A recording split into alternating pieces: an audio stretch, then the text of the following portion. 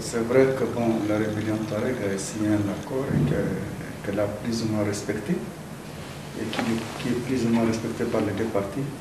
Mais la paix actuelle que connaît le Niger dépend d'abord de plusieurs facteurs. Le premier facteur, c'est la responsabilité historique qui a été prise par le président de la République, Mahamadou Issoufou, au moment où les foyers de tension ont commencé à s'allumer tout autour du Niger. Cette responsabilité historique est dédiée au courage et aux décisions importantes qui ont été prises, qu'il a prises à cette époque-là, donc en 2011, juste après son investiture, pour faire face donc, à la situation à venir, donc des conflits qui allaient venir dans les Sahel ici. C'est très très important parce que nous avons apprécié à son temps et nous avons été à ses côtés pour apprécier davantage en tout cas ce courage historique, ce courage politique important. Ce n'est pas n'importe qui à ce moment précis qui peut s'élever et prendre ces grandes décisions. Et le deuxième facteur, c'est la jeunesse nigérienne, plus particulièrement la jeunesse touareg, qui a écouté ses autorités, qui a écouté son pays, pour ne pas tomber dans l'aventure qui commençait déjà au Mali. Troisièmement, c'est le comportement des forces armées nigériennes. Voilà, à mon avis, évidemment, tout ça là a été agrémenté, a été soutenu par l'ensemble des forces vives de la nation.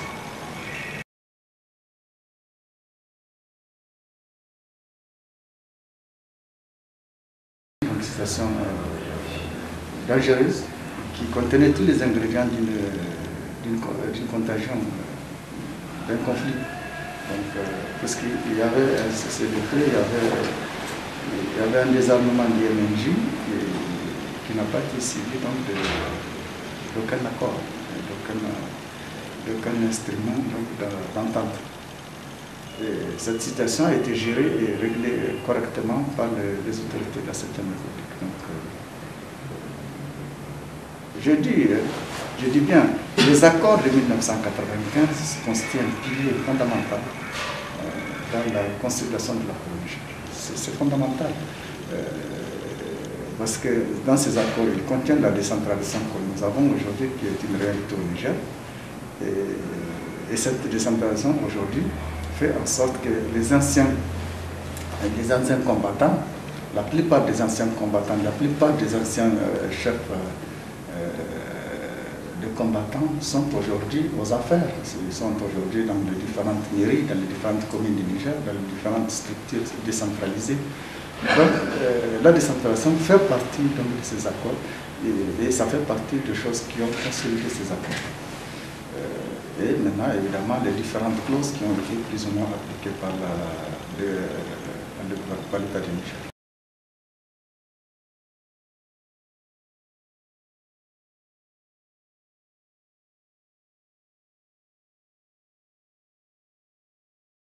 Nous apprécions profondément l'approche du président Issoufou. Mais il faut dire en passant qu'à l'époque, quand nous avons pris les armes, nous les avons pris contre une certaine politique. Et aujourd'hui, évidemment, cette politique a changé beaucoup. Le vent de la démocratie est passé et le Niger est entré aussi dans la modernité. Ce n'était plus les vestiges de la coloniale. Donc, le président Issoufou a pris des décisions Et aujourd'hui, donc je dis, les accords qui ont été appliqués ont été beaucoup consolidés par le régime de la 7e République. Et cela, ça fait partie des choses qu'il faut mettre en ligne de compte dans la consolidation de la paix dans ce pays.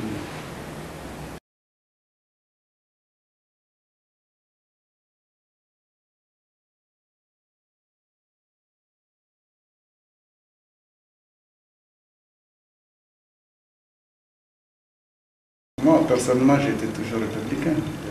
J'ai pris les armes entre une certaine politique, je vous ai dit, de la République, des autorités de la République. Je n'ai jamais été anti-républicain, j'ai toujours été républicain. La preuve en est qu'à mon temps, quand j'étais dans le maquis, je n'ai pas demandé une autre république que celle du Niger. Et j'ai toujours, j'ai des demeures républicains. J'étais toujours contre, en tout cas, une certaine aventure d'indépendance de la composante Touareg. Je l'ai démontré, je l'ai prouvé pendant donc, le mouvement de mes frères maliens. En 2012, j'étais contre l'indépendance de l'Azawad. Donc, je suis et je demeure républicain. Par contre, je dis bien, nous avons pris les armes contre une politique de l'époque. C'est tout. Aujourd'hui, nous sommes des combattants, mais d'une autre nature, des combattants du développement et de la consolidation de la démocratie. Voilà.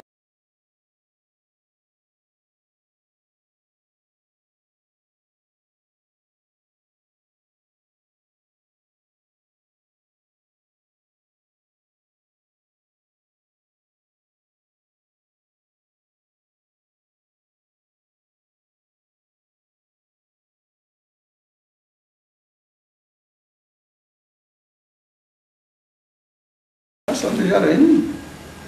Parce que vous avez constaté vous-même que tous les partis politiques ont tenu leur congrès d'investiture et tous les partis politiques sont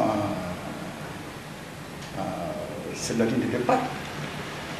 La question du fichier, la question de la CENI s'est réglée. Il y a eu des gesticulations de l'opposition. Mais je pense que la dernière visite du chef de file de l'opposition à ces institutions nous a édifiés. Donc, il a constaté que le travail est important, le travail est fait,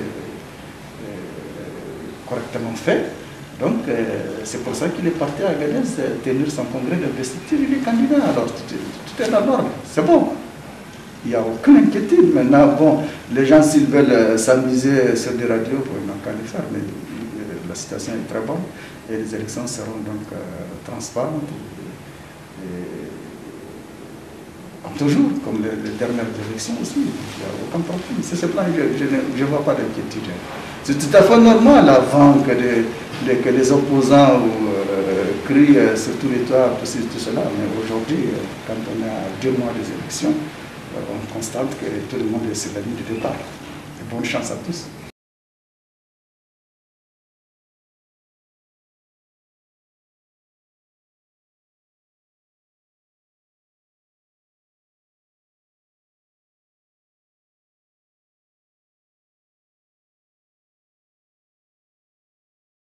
Je vais m'adresser d'abord à la jeunesse nigérienne.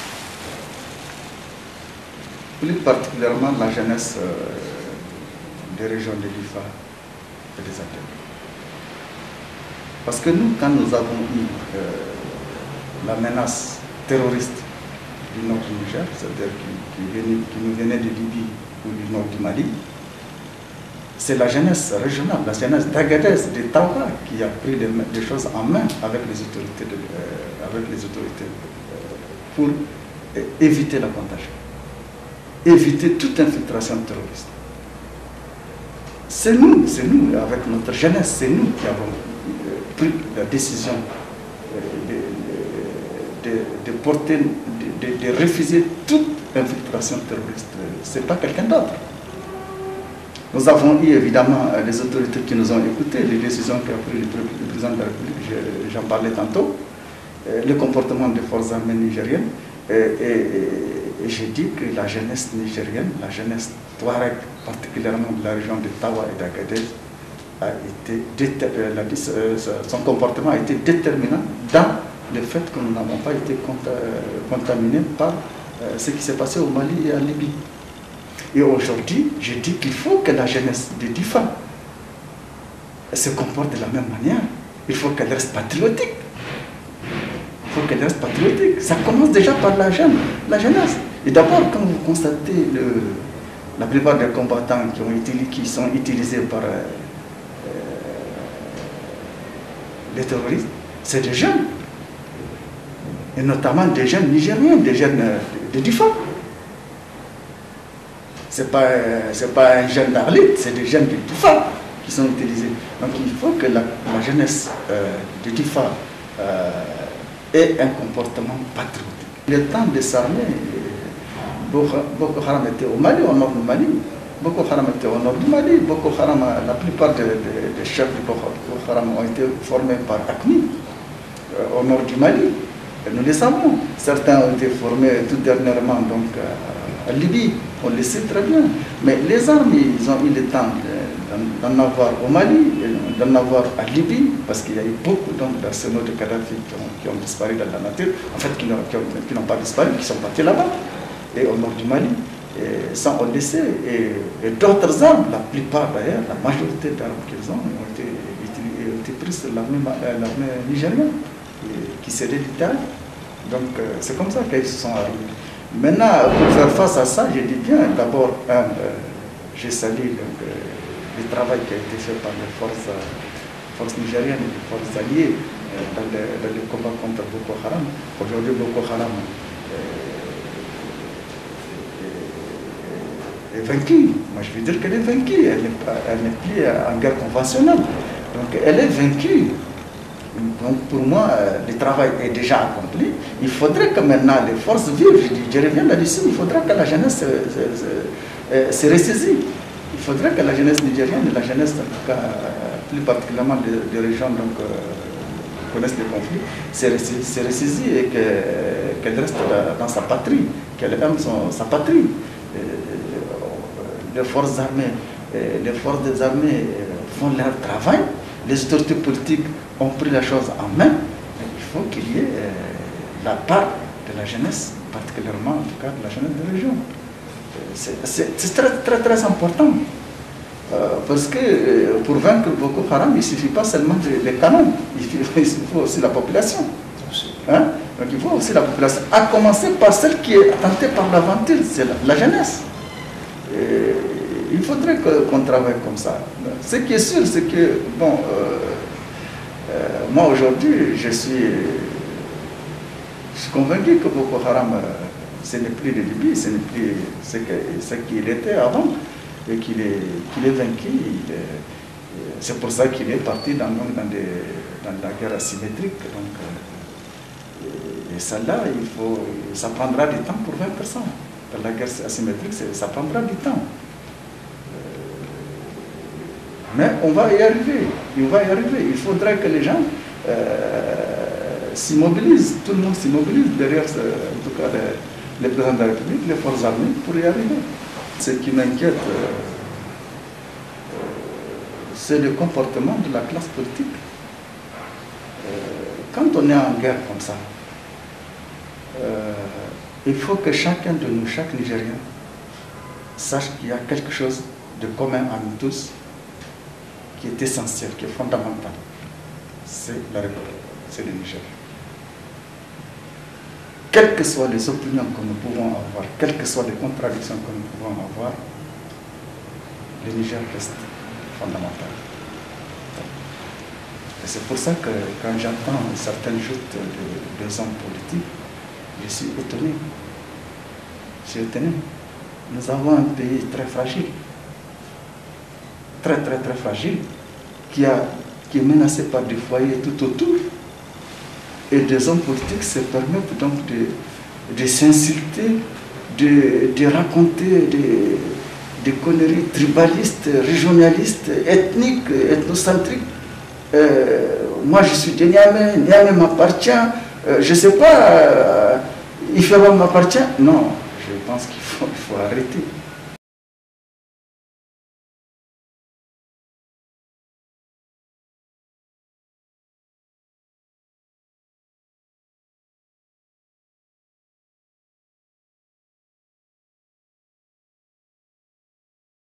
Pour ceux qui ne le savent pas, il faut qu'ils le sachent que c'est un ami à moi.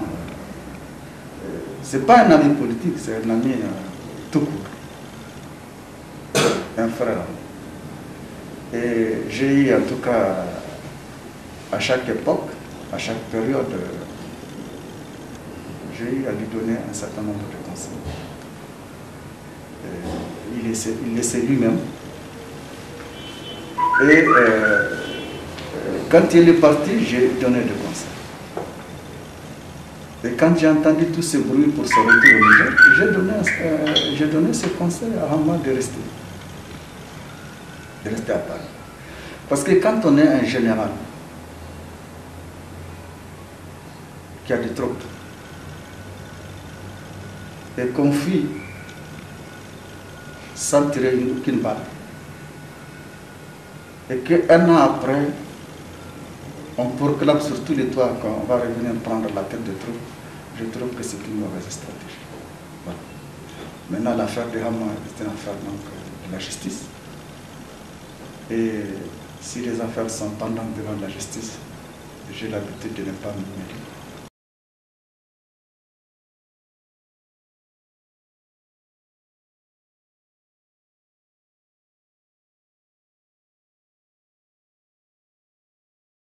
Oui, vous savez, quand j'ai parlé tantôt des joutes politiques inutiles pour moi, qui sont dangereuses pour la sécurité de notre pays et pour l'unité nationale, ce n'est pas la première fois que je l'ai fait durant toutes ces 5 dernières années, donc, depuis l'occupation du nord du Mali jusqu'à la destruction du régime de Kadhafi. J'ai fait ces appels-là à travers certains médias au Nigeria. J'ai fait ça. C'est très très important, il faut que les Nigériens le comprennent, je dis bien qu'il faut qu'ils le comprennent, parce que notre pays est très fragile. Et ce qui s'est passé au nord du Mali, ce qui s'est passé au Mali, doit nous enseigner. Nous devons tirer les leçons. Nous devons tirer les leçons. Nous sommes une nation en construction. On ne doit pas s'amuser à mettre des ingrédients nuisibles, destructifs. C'est pour ça que j'ai dit, on fait de la politique, mais là de la politique, il y a une certaine déontologie, une certaine méthode pour faire de la politique.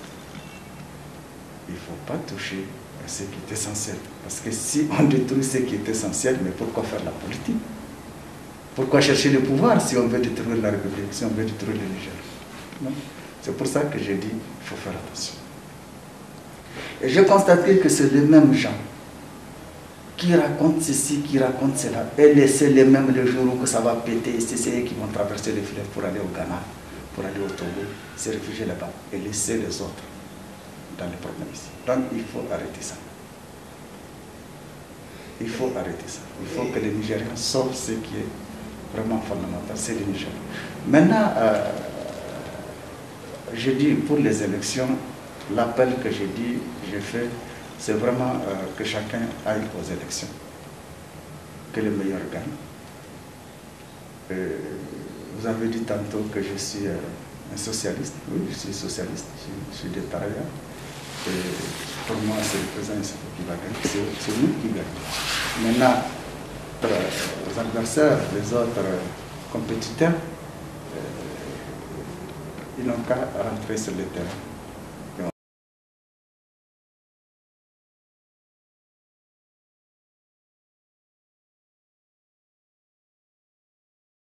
Je me demande pourquoi les gens disent qu'historiquement ce n'est pas arrivé. Mais est-ce que c'est un verset du Coran qui est immuable, qui ne change pas? Mais la démocratie au Niger, c'est à peine une trentaine d'années. Hein? On a fait quelques élections. D'accord, on a vu comment c'est des alliances et tout ça, mais ça ne veut pas dire que ça ne peut pas changer. Ça peut bien changer dans la mesure où Issoufou a travaillé dans ce pays-là. Il a travaillé. Vous regardez les réalisations, regardez rien que dans la ville de Niamey, mais partez de chez moi là, partez là, vous allez à Francophonie, vous allez voir un boulevard. Vous allez voir des chantiers, de Goudel jusqu'à la Francophonie, de Goudel ça continue toute la ville de Niamey jusqu'à Tellagé. Mais qui a fait ça? Pendant 50 ans ici, les gens ont gouverné ce pays, ils n'ont pas fait ça. Nous, on a vu ça, on a fait ça. Les mêmes qui crient là, ils ont construit quoi ici à Niamey? Rien du tout. Donc tout on a construit. Issoufou est un bâtisseur. Je vous dis que c'est un bâtisseur. C'est moi qui le dis. C'est un grand bâtisseur. Regardez les échangeurs, regardez les chemins de fer. Mais c'était une utopie, Issoufou est rentré dans l'utopie. Alors, pourquoi il ne passe pas au premier tour? Il va passer au premier tour comme une lettre à la poste. Je vous dis, parce que le résultat est là. Et le peuple nigérien n'est pas con aujourd'hui. Ce n'est pas en 1993. Aujourd'hui, ils sont tous politiques. La jeunesse est politique. Les paysans, ils écoutent la radio. Ils écoutent la radio. Ils écoutent les échangeurs. Issoufou a inauguré un échangeur. Les paysans, ils l'écoutent au fond du Niger. Et c'est ça qui va faire qu'Issoufou va passer. C'est le travail, c'est le fruit du travail. Les gens sont habitués ici à frauder parce qu'ils n'ont rien foutu.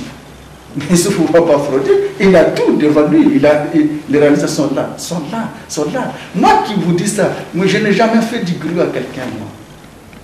Je suis très fier de moi pour faire du gruau à quelqu'un. Je suis très fier de moi. Mais je vois mes yeux, avec mes yeux là, je vois la réalité. Je vois et j'ai travaillé avec 3 présidents. C'est le 4e ici. J'ai fait 7 ans au gouvernement avec les opposants d'aujourd'hui. J'ai assisté à des conseils de ministres. Je sais ce qui se trame là-dedans. Je sais ce qui se dit là-dedans. J'ai travaillé avec le président Barré. J'ai travaillé avec Wanké. J'ai travaillé avec Tanja. 3 présidents. 4 avec Issoufou. Je sais qui a travaillé. Donc, je ne le dis pas par politicien, par politique. Non, c'est la vérité. Et je le dis, je le répète, je ne fais pas du ganga au président Issoufou. C'est ces réalisations qui font des gangas à lui. L'appel que j'ai à faire, c'est de renouveler mon appel à la jeunesse nigérienne. Il faudra qu'elle se ressaisisse, qu'elle aime son pays. Parce que c'est le seul que nous avons. À une certaine époque, je disais tantôt, j'avais pris les armes contre une certaine politique. Et j'avais des motifs importants. J'avais des motifs pour moi qui sont justes pour moi. Mais quand on va dans des genres d'aventures comme ça, terroristes, pour aller se faire sauter en kamikaze avec des explosifs, je pense que ce n'est pas un motif. Ce n'est pas une raison pour prendre les armes. Donc, il faut que la jeunesse se ressaisisse. Il faut que, vraiment, qu'elle sache qu'elle n'a que le Niger. Elle n'a que le Niger. Quelle que soit l'aventure qu'on va faire, si on revient vivant, on reviendra en échec. Et elle ne trouvera aucun Eldorado, aucune paix ailleurs, tant qu'elle n'est pas revenue au Niger. Donc, ce n'est pas la peine d'aller en aventure, ce n'est pas la peine en tout cas de goûter certaines forces du mal, certaines aventures. Il faut venir aimer son pays. de garder son pays, jalouser son pays. C'est important. En tout cas, nous, en ce qui concerne le Nord, nous avons pris notre destin en main. Il n'y aura personne qui va nous infiltrer ou en tout cas nous déstabiliser. Et on restera dans ce pays-là. Et maintenant, il faut que nos frères du DIFA et des Inders et de l'ensemble des Niger comprennent qu'il faut faire la même chose.